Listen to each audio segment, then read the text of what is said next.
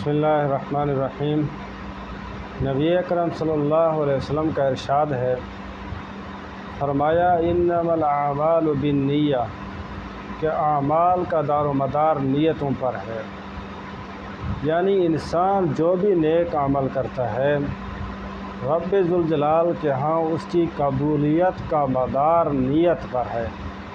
اگر وہ عمل خالص رب ذوالجلال کے لیے ہے، اللہ تبارک و تعالیٰ کی رضا کے لیے ہے، تب تو اللہ تبارک و تعالیٰ اس کو قبول فرماتے ہیں۔ اگر وہ نیک عمل لوگوں کو دکھانے کے لیے ہوگا، لوگوں سے اپنے واہ طلب کرنے کے لیے ہوگا، تو وہ اللہ تبارک و تعالیٰ کے ہاں قبول نہیں ہے۔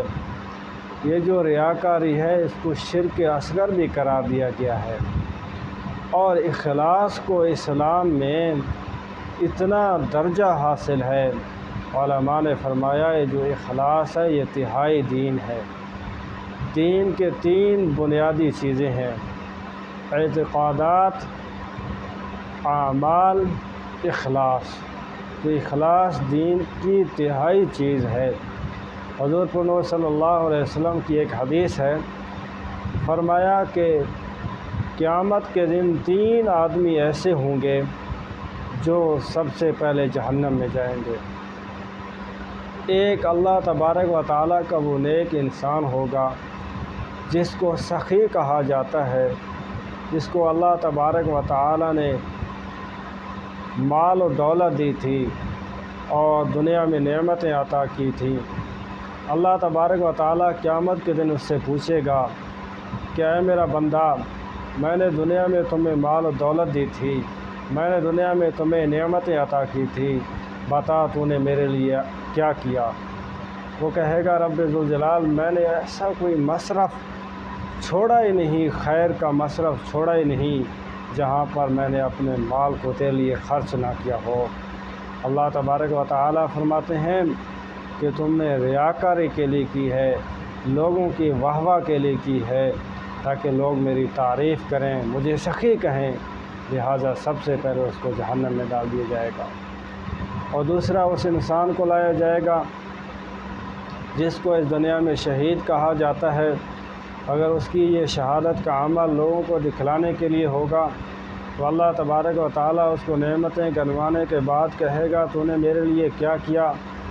وہ کہے گا رب ذوالجلال میں نے تمہارے لیے اپنی جان کا نذرانہ پیش کیا۔ تو اللہ تبارک و تعالیٰ فرمائیں گے اے میرے بندے، تو نے لوگوں کو دکھانے کے لیے کیا تاکہ لوگ مجھے بہادر سمجھیں، لہٰذا لوگوں نے سمجھ لیا، اب اس کو بھی جہنم میں ڈال دیا جائے گا۔ اور تیسرا وہ شخص ہوگا جس کو دنیا میں اللہ تبارک و تعالیٰ نے علم جیسی دولت عطا فرمائی تھی، وہ قاری قرآن تھا، حافظ تھا یا عالم اور مفتی تھا۔ جب اس دنیا سے چلا جائے گا تو اللہ تبارک و تعالیٰ اس نعمت کو گنوانے کے بعد فرمائیں گے اے میرا بندہ تو نے کیا کیا میرے لیے؟ وہ کہے گا رب ذوالجلال آپ نے مجھے علم عطا فرمایا، میں نے حاصل کرنے کے بعد لوگوں تک پہنچایا۔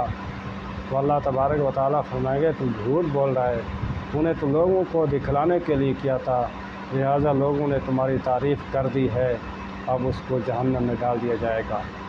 تو یہ اخلاص کے نہ ہونے کے نقصانات ہیں کہ انسان نیک سے نیک کام کرے، سب سے اعلیٰ سے افضل کام کرے، لیکن اگر اس میں اخلاص نہیں ہوگا تو رب ذوالجلال کے ہاں قبول نہیں ہے۔